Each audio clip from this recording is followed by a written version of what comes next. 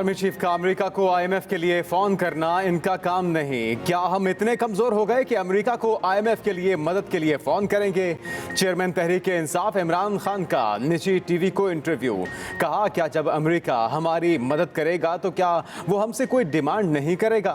Foreign funding case फैसला सुनाने में कोई एतराज नहीं। हमारा मुतालबा है कि तीनों जमातों के फॉरेन फंडिंग के केस का फैसला इकट्ठे सुनाया जाए। आरिफ नकवी पाकिस्तान के लिए काम कर रहा था और शौकत खानम को फंड दे रहा था। पाकिस्तान की आवाम ने रिजीम चेंज को मुस्तरद कर दिया। बंद कमरों में होने वाले फैसलों में सही मुशावरत नहीं होती। पाकिस्तान में मसाइल का हल शफाफ इंतखाबात हैं। ये इलेक्शन में हारने के खौफ से डरते हैं।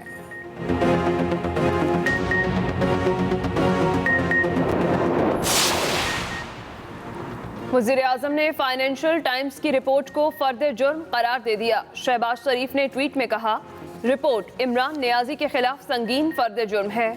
बरतानवी अखबार की रिपोर्ट ने पीटीआई की फॉरेन फंडिंग के हक़ाइक़ को बेनकाब कर दिया।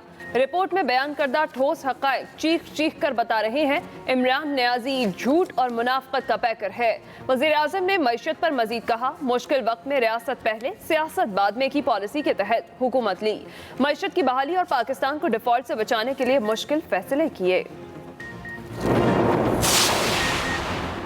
पीटीआई को ममनुआ फॉरेन फंडिंग की गई। बरतानवी अखबार फाइनेंशियल टाइम्स का दावा, बरतानिया में फंड्स इकट्ठा करने के लिए T20 मैच करवाए गए। दीगर जराए से भी हासिल की जाने वाली रकम पीटीआई को मुंतकिल की गई।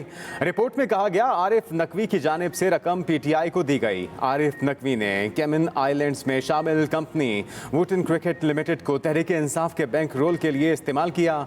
आरिफ नकवी ने क्रिकेट मैचेस मुनक्किद कराए। एक मैच में इमरान खान समेत बैंकर्स, वकला और सरमायाकारों ने शिरकत की। वुटन पैलेस के मैच में मेहमानों को फलाही मकासद के लिए 2 से 2,500 पाउंड अदायगी का कहा गया। वुटन क्रिकेट के अकाउंट से $13 लाख बराह रास्त पीटीआई के अकाउंट में डाले गए। रकम देने वालों में अमाराती हुकाम भी शामिल थे।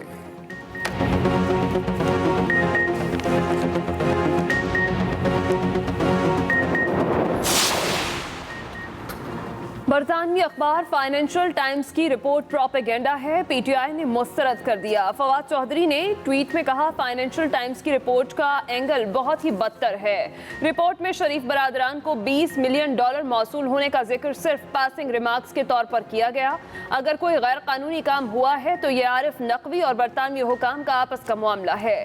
फंडिंग देने वाले शख्स आरिफ नकवी ने इलेक्शन कमीशन में जमा कराए बयान हल्फी में फंडिंग को कानूनी करार दिया था। आरिफ नकवी ने ऐसा ही बयान हल्फी तहरीक इंसाफ को भी जमा करवाया। फारूक हबीब ने कहा, गैर मुल्की फंडिंग का मामला इलेक्शन कमीशन के दायरे में नहीं आता। नून लीग और पीपल्स पार्टी ने अब तक फंडिंग का रिकॉर्ड जमा नहीं कराया।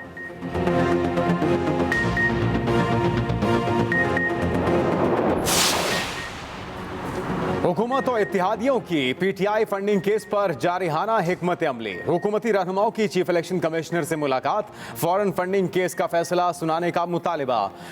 शाहिद खान अब्बासी ने कहा कि आरिफ नकवी ने फलाही कामों का पैसा लेकर पीटीआई को दे दिया।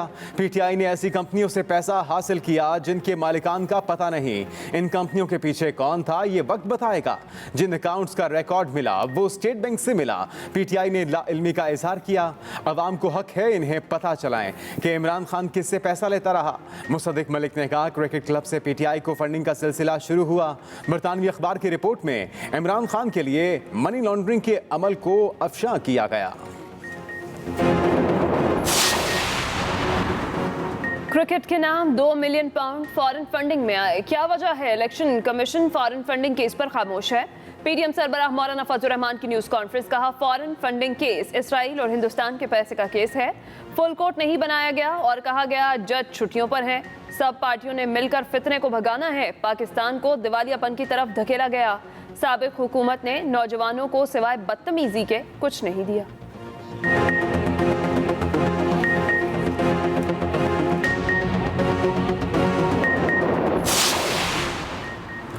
पीपल्स पार्टी का इमरान खान का नाम ECL में डालने का मुतालबा। विफाकी हुकूमत चाहे तो आज भी इमरान खान को गिरफ्तार कर सकती है। वजीर इत्तलात सिंध शर्जील इनाम मेमन के लफ्जी वार पर वार। कहा, आरिफ नकवी की गिरफ्तारी के बाद इमरान खान तक मामला जा सकता है। इमरान खान ने इसलिए पहले ही शोर मचाया। वजीर आजम JIT बनाएं और जल्द तहकीकात मुकम्मल करने का हुक्म दें। जब हमारे खिलाफ JIT बन सकती है तो इनके खिलाफ क्यों नहीं? तहरीक इंसाफ तस्लीम करे ये मनी लॉन्ड्रिंग में मुलव्वस हैं। इलेक्शन कमीशन से दरखास्त है फॉरेन फंडिंग केस का का फैसला सुनाया जाए।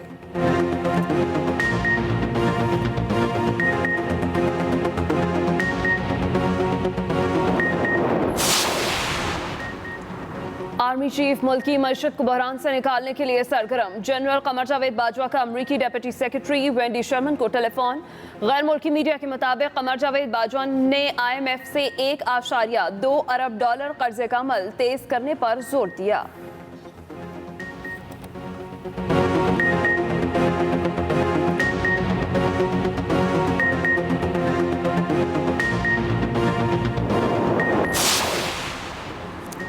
सुप्रीम कोर्ट जुडिशल कमीशन इजलास पर नया तनाज़ा। जस्टिस तारिक मसूद ने सुप्रीम कोर्ट का एलामिया हक़ाइक़ के मुनाफी करार दे दिया।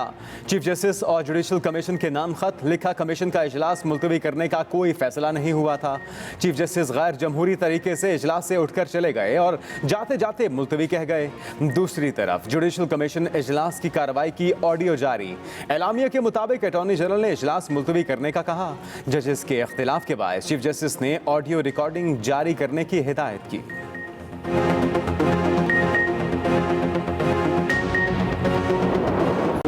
पंजाब असेंबली में स्पीकर के इंतखाब के लिए वोटिंग का अमल मुकम्मल, गिनती जारी। ऑपोजिशन उम्मीदवार सैफुल मलूक खोखर का बैलेट पेपर पर सीरियल नंबर होने पर एहतजाज। सैफुल मलूक खोखर ने पर्ची जारी करने वाले एजेंट का रजिस्टर छीनकर फेंक दिया। राना मसूद और रुखसाना कोकब ने प्रिजाइडिंग ऑफिसर पर हमला कर दिया। राना मसूद ने बैलेट की कॉपी छीन ली, रुखसाना कोकब ने बैलेट पेपर फाड़ दिए। दोस्त मजारी के ऐवान में आमद पर नून लीग और PTI के अरकान आमने सामने। हुकूमती बेंचों से लोटा लोटा के नारे लग गए। नून लीग का ऐवान में कैमरों की तनसीब पर एतराज, पोलिंग बूथ की जगह तब्दील की गई।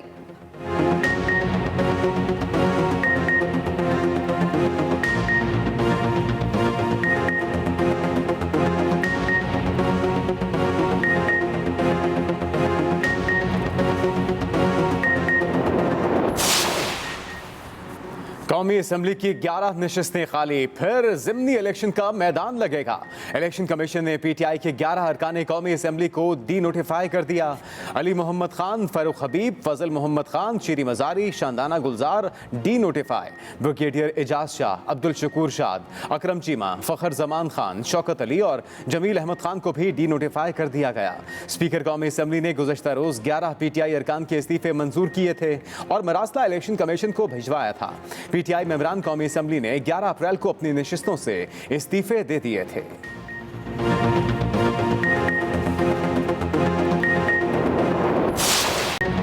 बलूचिस्तान में सैलाब से हर तरफ तबाही। लसबेला, कला अब्दुल्ला, पशीन, जलमक्सी समेत 10 अजला में सैलाब ने सब कुछ उजाड़ दिया।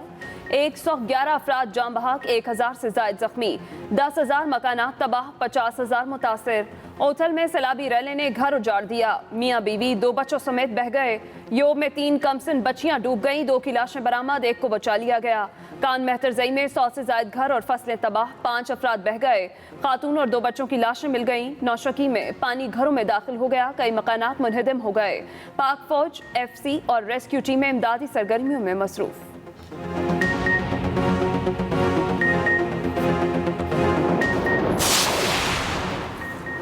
जनूबी पंजाब में मानसून बारिश की तबाहकारियां, नदी नाले बेकाबू, कोहे सुलेमान से आने वाले सैलाब ने तबाही मचा दी।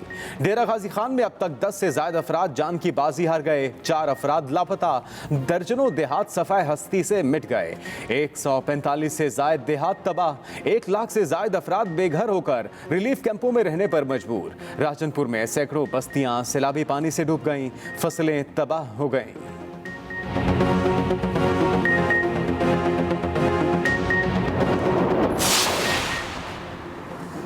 मुल्क के मुख्तलिफ शहरों में मानसून बारिशों की इनिंग्स। खैबर पख्तूनख्वा के इलाके दीर लोअर में शदीद बारिशें। लाजबोक में घर पर पहाड़ी तोदा गिरने से 2 अफराद जाम बहक। लाहौर समेत पंजाब के कई इलाकों में मूसलाधार बारिश, सड़कें गलियां पानी से भर गईं। ट्रैफिक की रवानी मुतासर, शहरियों को मुश्किलात का सामना करना पड़ा। पेशावर और शहर और गिरदोनवाह में भी गरज चमक के साथ तेज बारिश हुई। महकमे मौसमियात के मुताबिक बारिश का सिलसिला कल भी जारी रहने का इम्कान है।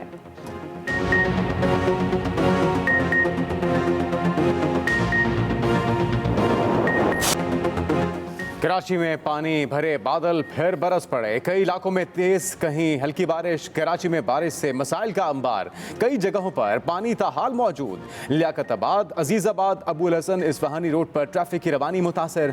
Hasan square, Nipa Chowrangi, university road पर बारिश के बाद सड़कें टूट फूट का शिकार। कई सड़कों पर बारिश के बाद गड्ढे पड़ गए। शरीफाबाद, हुसैनाबाद में जगह जगह कीचड़ से शहरी परेशान। ओल्ड सिटी एरिया से ताहाल बरसाती पानी की निकासी न हो सकी।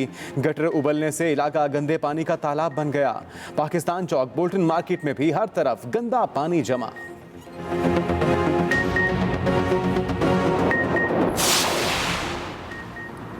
ये वक्त सियासी दुकानदारी चमकाने का नहीं, बारिशों से मुतासरा हमवतनों के साथ खड़े होने का है। बिलावल भुट्टो जरदारी कहते हैं बलूचिस्तान समेत मुल्क के दीगर इलाकों की बारिशों से मुतासरा आवाम को मुश्किल की घड़ी में अकेला नहीं छोड़ेंगे। मुतासरीन की इमदाद, सैलाब ज़दा इलाकों की बहाली और मौसमियाती तब्दीलियों पर काबू पाना तरजीहात में शामिल हैं।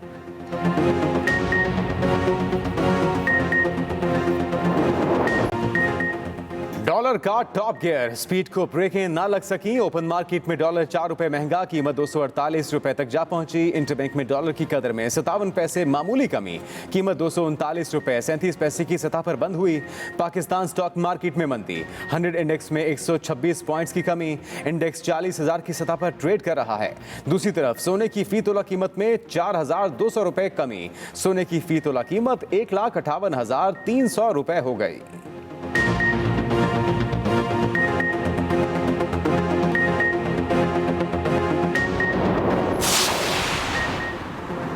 पेट्रोल की कीमत फिर 15 रुपए और डीजल 18 तक बढ़ने का इम्कान। ओगरा की समरी कल वजारत खजाना को भेजी जाएगी। पेट्रोलियम मसनूआत से मुतालिक वर्किंग हतमी मराहिल में है। ओगरा की 2 तजावीज़ तैयार। पेट्रोलियम मसनूआत पर लेवी टैक्स कम करके कीमतें बरकरार रखी जा सकती हैं। लेवी टैक्स में 10 रुपए फी लीटर तक इजाफा करके कीमतें बढ़ाई जा सकती हैं। वज़ीर आज़म से मुशावरत के बाद 31 जुलाई को नई कीमतों का ऐलान मुतवक्किल है।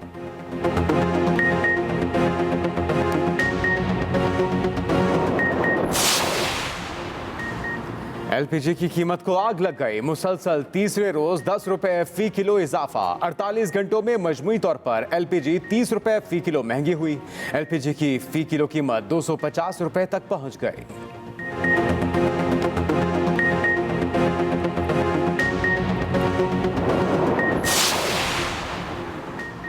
सुप्रीम कोर्ट में नैब तरामीम के खिलाफ दरख्वास्त पर समाअत। हुकूमत को नोटिस जारी। चीफ जस्टिस ने पीटीआई वकील से कहा, कौन सी तरामीम ऐसी हैं जिनसे नैब कानून और केसेस मुतासर हो रहे हैं।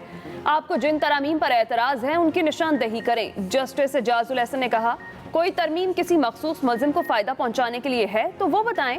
वकील ख्वाजा हारिस ने कहा, जो तरामीम आइन से मुतसादिम हैं उन्हें कलअदम करार दिया जाए। चीफ जस्टिस ने कहा, आप कह रहे हैं कई नैब तरामीम से जुर्म को साबित करना मुश्किल बना दिया गया। ये भी बताएं, क्या बहुत ज़्यादा ज़ेर इल्तवा मुकदमात तरामीम से मुतासर होंगे। चेक एंड बैलेंस होना जमहूरियत के लिए बहुत ज़रूरी है। गवर्नेंस और हुकूमत चलाने के लिए एहतसाब बहुत ज़रूरी है।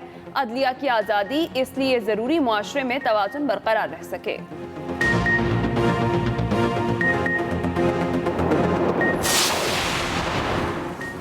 मॉडल टाउन केस में मेरे और शहबाज शरीफ के खिलाफ कुछ साबित नहीं हुआ। वजीर दाखिला राना सनाउल्लाह का ट्वीट। कहा, मॉडल टाउन केस का फैसला पहले ही सुनाया जा चुका। ट्रायल कोर्ट में मुद्दई पुलिस अफसरों के खिलाफ केस चलाने पर तैयार न हुआ।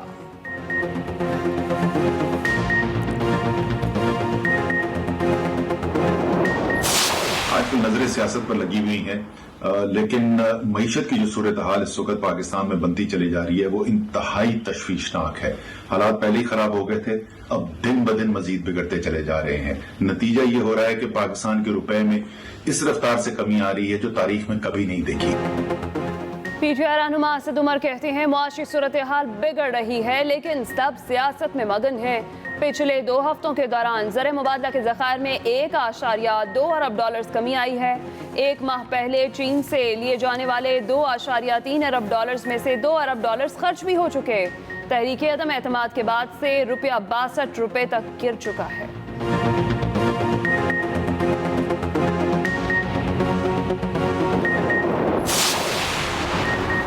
सिंध असेंबली में भी फॉरेन फंडिंग केस की गूंज। पीपल्स पार्टी की फॉरेन फंडिंग केस पर करारदाद मंजूर।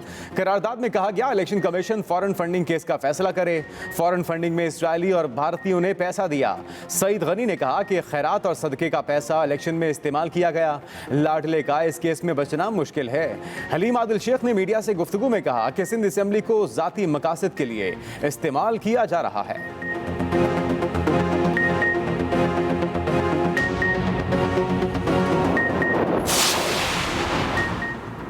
मुल्क भर में मुहर्रम उल हराम का चांद नजर नहीं आया। 31 जुलाई को यकम मुहर्रम उल हराम होगी। चेयरमैन रोयत हलाल कमेटी मौलाना अब्दुल खबीर आज़ाद ने कहा मुल्क के किसी हिस्से से चांद नजर आने की शहादत मौसूल नहीं हुई। पंजाब में मुहर्रम उल हराम के हवाले से दफा 144 नाफिज। असलहे की नुमाइश पर पाबंदी। 9 और 10 मुहर्रम को डबल सवारी पर पाबंदी आयद कर दी गई।